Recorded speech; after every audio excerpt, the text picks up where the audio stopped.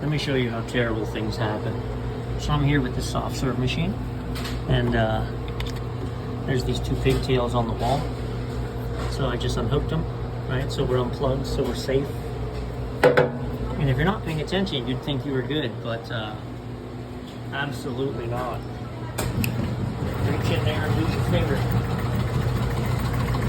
There's other outlets on that side. Alright, so this Stoelting unit is now completely off.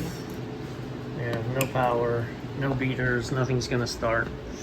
These belts were smoking, which means they were just skipping, right? So the beater was trying to spin, the motor was running, and instead of the motor over amping and not being able to churn this, the belts just started slipping. And we know that from all of the black belt debris and how ate up the sides of those belts are in the pulley. So we got some new belts. This is an easy one. All you do is loosen this spring. That allows the plate to move, and then puts a slack in the belts, and we can pull the belts all the way off and put new ones on. You take the same, you can use anything, but you can put that in there, and then when you pick it up, you get your slack on the belts. So just pry it up. I'm gonna pick it up that way and then just unwrap it from there. So maybe we can see the difference in the thickness.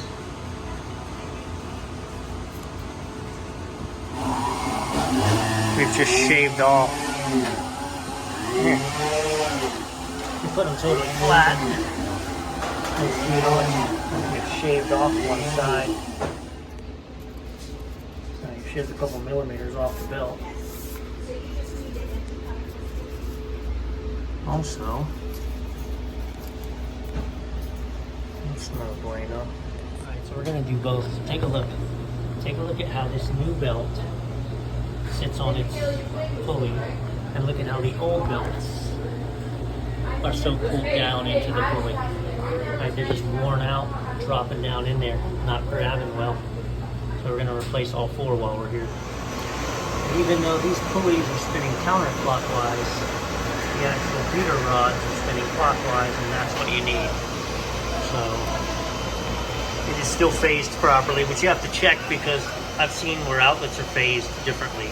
So you unplug them and you plug them back in, you end up with that drama. But we're gonna let it actually, this motors are good for 6 amps. Yeah, 6.2 amps on the auto motor. We're only pulling 3.2, but it's gonna go up as the product hardens. So let's make sure we're not gonna over amp. Nope, we are golden.